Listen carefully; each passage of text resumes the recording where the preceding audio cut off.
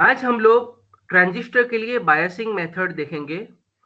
मैंने आपको last session में कहा था कि जो भी आपका ऑपरेटिंग पॉइंट होता है ट्रांजिस्टर का, वो क्यू पॉइंट को सेंटर में रखा जाता है। इसका मतलब ट्रांजिस्टर के 3 ऑपरेटिंग रीजन होते हैं। एक कट ऑफ रीजन, दूसरा सैचुरेशन रीजन और third one is active region. तो हम ट्रांजिस्टर को एक्टिव रीजन में ऑपरेट करना अगर चाहते हैं, तो हमारा ये क्यू पॉइंट यहाँ पे जो आपको दिख रहा है Q1, Q2, Q3, Q4, Q5, ये डिफरेंट कैरेक्टरिस्टिक के पॉइंट है। तो ये Q1 रखेंगे तो ये कट ऑफ में चला जाएगा, Q5 रखेंगे तो ये सैचुरेशन में चला जाएगा। तो इस वजह से हमारी कोशिश ये रहती है कि हम ट्रांजिस्टर का point, operating point Q point centre में रखें। डीसी लोड लाइन हमारी जो है ये इसके सेंटर में Q3 के आसपास रखें। तो ये रखने के लिए बेसिकली क्या है, हमको वोल्टेज इस प्रकार देना है और ऑपरेटिंग पॉइंट को सेंटर में रखना है, वही हमारी कोशिश रहेगी। तो तो उसके लिए बायसिंग मेथड इंपॉर्टेंट है दोस्तों। तो बायसिंग मेथड को हम समझते हैं। हमारा जो ट्रांजिस्टर है उसमें इनपुट आएगा अल्टरनेटिंग, आउटपुट आएगा बेसिकली एम्पलीफायर मोड में ट्रांजिस्टर का आउटपुट का मैग्नीट्यूड बढ़ेगा। तो ये वो दिखा रहा है। डीसी हम सप्लाई देंगे। The process of applying DC voltage to the BJT is called biasing. We use only one battery for operation. The biasing method as the following. इसका मतलब आप समझिए, हमारी इक्विवेलेंट सर्किट हम जब ड्रॉ करते हैं तो हम दो बैटरी बताते हैं, लेकिन डीसी सप्लाई एक ही होता है। लेकिन हम इस प्रकार सर्किट क्रिएट करते हैं कि दो डीसी सप्लाई दिखे, जिस वजह से इनपुट पोर्ट और आउटपुट पोर्ट में वोल्टेज का डिफरेंस रहेगा, जिसकी वजह से आपका ऑपरेटिंग पॉइंट लोड लाइन के सेंटर में रहेगा। उसी चीज को बायसिंग कहा जाता है। तो बायसिंग के लिए चार मेथड है: fixed bias, collector to base bias, emitter resistor bias और वोल्टेज डिवाइडर बायस। दोस्तों मोस्टली हम लोग वोल्टेज डिवाइडर बायस यूज करते हैं।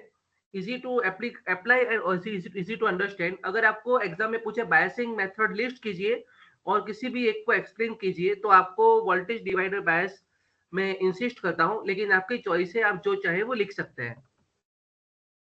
फिक्स्ड बायस, तो देखिए यहाँ पे क्या होता है। तो basically it is a base register method. यहाँ पे आरबी है, ये जो बेस के साथ में एक रजिस्टर लगा दिया जाता है, जिसकी वजह से इनपुट और आउटपुट दोनों के बीच में वोल्टेज का डिवीजन हो जाता है। हमारा जो आरसी है वो लो वोल्टेज है। इसका मतलब कलेक्टर के अक्रॉस जो रजिस्टर होता है वो लो वोल्टेज है, बेस के अक्रॉस जो रजिस्टर होता है वो हाई वोल्टेज है, और हमारा वीसीसी हम जानते हैं फिक्स वोल्टेज है। तो इसी प्रकार ये करके ऑपरेटिंग पॉइंट आपका फिक्स रखा जाता है। तो इसका एडवांटेज ये है, सर्किट बहुत ही सिंपल है। तो दोस्तों यहाँ से क्या हो जाएगा, मान लीजिए ये कॉमन ए मीटर है, तो आपका इनपुट वोल्टेज वीसी और आउटपुट वोल्टेज वीसीसी, ये क्या होगा, ये बेस और ए मीटर के बीच में आपका इनपुट वोल्टेज रहेगा। तो ये आपका एक वोल्टेज रहेगा और आउटपुट वोल्टेज रहेगा कलेक्टर और ए मीटर के बीच में। तो ये दोनों के बीच का डिफरेंस इस प्रकार रहेगा कि ऑपरेटिंग पॉइंट आपका आप सिलेक्ट कर पाओगे। तो ये सर्किट सिंपल है, बहुत ही कम कंपोनेंट, एक ट्रांजिस्टर है, दो रजिस्टर है।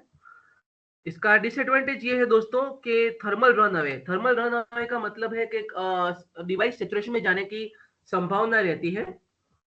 और ऑपरेटिंग पॉइंट्स यहाँ पे बीटा में डिपेंड करता है, IC by IB, collector current divided by base current, उसी पे आधारित यहाँ पे आपका ऑपरेटिंग पॉइंट रहेगा।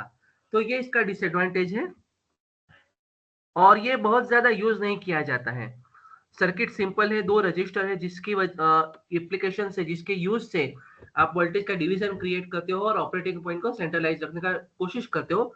लेकिन थर्मल रन अवे होता है, ऑपरेटिंग पॉइंट बीटा पे डिपेंड करता है और इतना सारा यूज इसका नहीं है। कलेक्टर टू बेस बायस, देखिए आगे के सर्किट में हमने आरसी के बाद में कनेक्शन किया था, यहाँ पे आरसी से पहले कनेक्शन किया है। तो register is connected between collector and base, collector और बेस के बीच में यहाँ पे रजिस्टर कनेक्ट किया जाता है। और बेस करंट हमेशा कलेक्टर करंट के ऊपर डिपेंड रहता है। वहां पे क्या होता था, कलेक्टर में वोल्टेज ड्रॉप होता था, जिसकी वजह से थोड़ा चेंज आएगा। यहाँ पे डायरेक्टली आपका बेस करंट है, ये कलेक्टर करंट पे डिपेंड रहेगा। Increase collector current, drop in RC. अगर कलेक्टर करंट बढ़ता है तो आरसी बढ़ता है, बेस करंट आईबी रिड्यूस, जिसकी वजह से आपका बेस करंट कम होता है, और I also reduce which give stabilization against temperature up to certain extent. वहां पे दोस्तों थर्मल रन अवे होता था, यहाँ पे क्या हो जाएगा कि आपको पता है E is equal to B plus C, तो कलेक्टर करंट रिड्यूस होता है जिसकी वजह से बेस करंट रिड्यूस होता है, और अल्टीमेटली आपका एमीटर करंट रिड्यूस होता है। I E is equal to I B plus I C, तो कलेक्टर करंट रिड्यूस होता है, इसकी वजह से बेस करंट और टोटल आई रिड्यूस होता है, जिसकी वजह से आपको जो टेम्परेचर वहां पे जो थर्मल रन अवे का जो प्रॉब्लम रहता था वो यहाँ पे सॉल्व आउट होगा। इसका एडवांटेज ये है, सिंपल सर्किट है, वही कंपोनेंट यहाँ पे यूज करें, सिर्फ कनेक्शन का टाइप डिफरेंट है, और स्टेबिलिटी फैक्टर यहाँ पे लेस रहेगा, एक रीजन फिक्स हो जाएगा। डिसएडवांटेज दोस्तों है, reduce stability factor has not much impact on heating still observed. यहाँ पे जो थर्मल रन अवे का आगे जो फिक्स्ड बायस में दिखता था प्रॉब्लम, वो यहाँ पे थोड़ा रहेगा, इतना सॉल्व नहीं होगा प्रॉब्लम। और आरबी है वो नेगेटिव फीडबैक की तरह बिहेव करेगा, जिसकी वजह से आपका आउटपुट वोल्टेज का मैग्नीट्यूड जो एम्पलीफिकेशन होगा इतना ऑब्जर्वेबल नहीं होगा।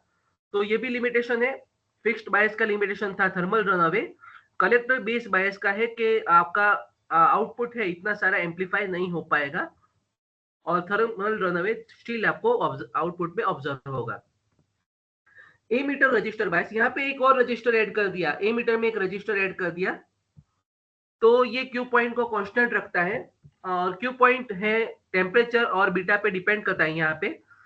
With increase in temperature leakage current increase and IC increase, जैसा टेम्परेचर बढ़ता है हमारा आईसी बढ़ता है, सो आई बढ़ता है और हमारा आई आर ई ड्रॉप है वो इंक्रीज होता है। यहाँ पे टेम्परेचर बढ़ेगा, आईसी बढ़ेगा, आपको पता है I E is equal to I B plus I C, तो इस वजह से हमारा आई बढ़ेगा और हमारा वोल्टेज ड्रॉप यहाँ पे बढ़ेगा। Due to increase in I, I B is reduce, अभी आई ई बढ़ता है तो इसकी वजह से हमारा आई बी कम होगा, क्योंकि आप देखिए यहाँ पे वोल्टेज ड्रॉप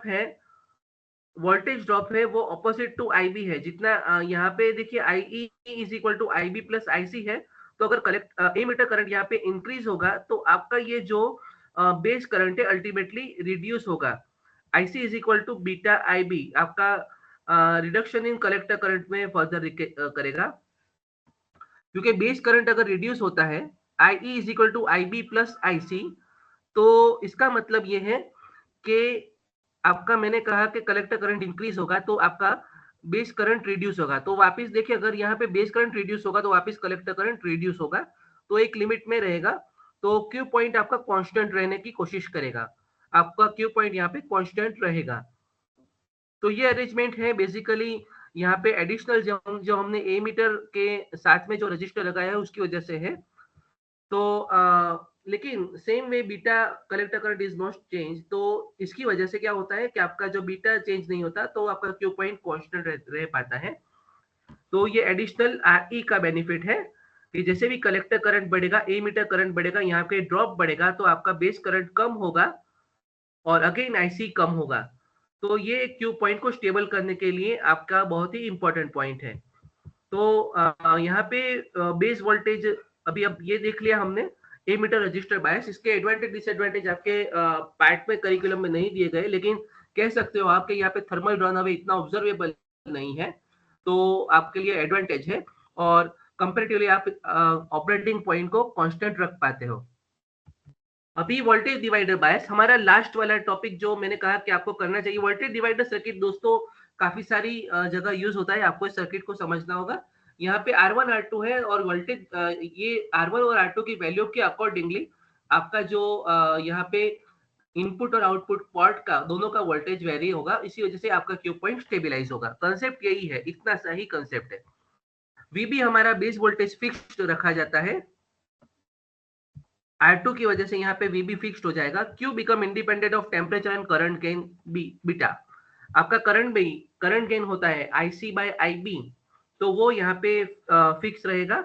और Q हमारा जो होता है, Q क्या हो जाएगा दोस्तों, Q हमारा इंडिपेंडेंट हो जाएगा, क्योंकि हमने यहाँ पे ऑपरेटिंग पॉइंट के लिए बेस वोल्टेज यहाँ पे फिक्स कर दिया। Following equation will help to decide the operating point. अभी दोस्तों देखिए यहाँ पे एक मस्त इक्वेशन लिखते हैं, IC is equal to VB minus VBE divided by RE, और VCE is equal to VCC minus IC in bracket RC plus RE। तो दोस्तों ये आपका VCE है, ये आपका आउटपुट वोल्टेज रहेगा, IC है आउटपुट करंट रहेगा। तो ये आपके ऑपरेटिंग पॉइंट के आपको पता है दो एक्सिस है, तो ये दोनों की कंट्रोल रखने की वजह से आपका VB है फिक्स रखा जाता है। देखिए यहाँ पे VB फिक्स्ड है, तो by changing the base emitter voltage और by changing the emitter resistance हमारा IC हम मेंटेन कर पाएंगे। और इसी प्रकार यहाँ पे है, समझते हैं दोस्तों ये इक्वेशन कहाँ से आए, वो आपको यहाँ पे सिंपल कहा गया है। आपके बुक में जो है इतना डिटेल में नहीं लिखा है, हम लोग यहाँ पे थोड़ा डिटेल में समझेंगे ये इक्वेशन आया कहाँ से बेसिकली। कि ये कलेक्टर करंट है हमारा, VB फिक्स रहता है, जिसकी वजह से IC और VCE को एक लिमिट में रख के हम ऑपरेटिंग पॉइंट को कांस्टेंट रखते हैं। आपको इतना लिखना है, लेकिन इक्वेशन कहाँ से आया वो देखते हैं हम लोग। Writing equation for input side, अभी इनपुट क्या होगा, VB is equal to IERE plus VBE। ये जो VB है हमारा, VB is equal to IERE plus VBE base emitter voltage. और ये लूप के लिए मैंने इक्वेशन लिखा, ये हमारी इनपुट लूप होगी। तो VB is equal to IERE plus VBE। तो IERE is equal to VB minus VBE हो जाएगा। तो और IE is equal to VB minus VBE upon RE। लेकिन दोस्तों हम यहाँ पे लिखेंगे IE is equal to IC, क्योंकि हमारा जो IE है वो IC के सिमिलर होगा और IB की वैल्यू, बेस करंट की वैल्यू बहुत ही कम होगी कंपेयर टू IE। तो ऑलमोस्ट बेस करंट नेग्लिजिबल होगा। इसी वजह से हम एमीटर करंट और कलेक्टर करंट को एक साथ कहेंगे। तो ये हमारा एक इक्वेशन आ गया, जो आगे हमने आउटपुट करंट के लिए, इसका मतलब कलेक्टर करंट के लिए इक्वेशन लिखा था। तो आप कह सकते हो अगर बेस वोल्टेज आप फिक्स रखते हो तो IC को आप कंट्रोल कर पाते हो। आउटपुट के लिए दोस्तों ये हमारा आउटपुट है इस तरफ, कलेक्टर एमीटर वाला सेक्शन।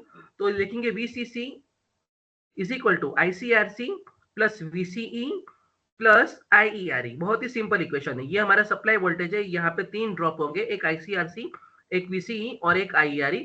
तो यहाँ पे VCC का हमको इक्वेशन मिलेगा। देखिए मैं यहाँ पे अगेन चेंज कर रहा हूँ, एमीटर करंट को कलेक्टर करंट से रिप्लेस कर रहा हूँ। तो VCC इज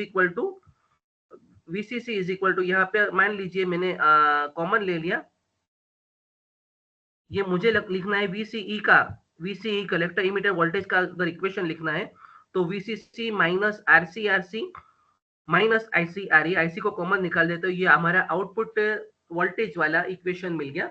इसका मतलब ये दोनों पैरामीटर को, IC और VCE को आप कंट्रोल करते हो, जिसकी वजह से आप ऑपरेटिंग पॉइंट एक्टिव रीजन में रख पाते हो। तो ये वोल्टेज डिवाइडर बायस है। यहाँ पे देखिए मजे की बात है, कोई बीटा टर्म नहीं है, तो Q है इंडिपेंडेंट ऑफ बीटा है, तो जिसकी वजह से आपको आपका जो पॉइंट ऑपरेटिंग पॉइंट रहेगा उस पॉइंट पे आप ऑपरेशन करवा सकते हो।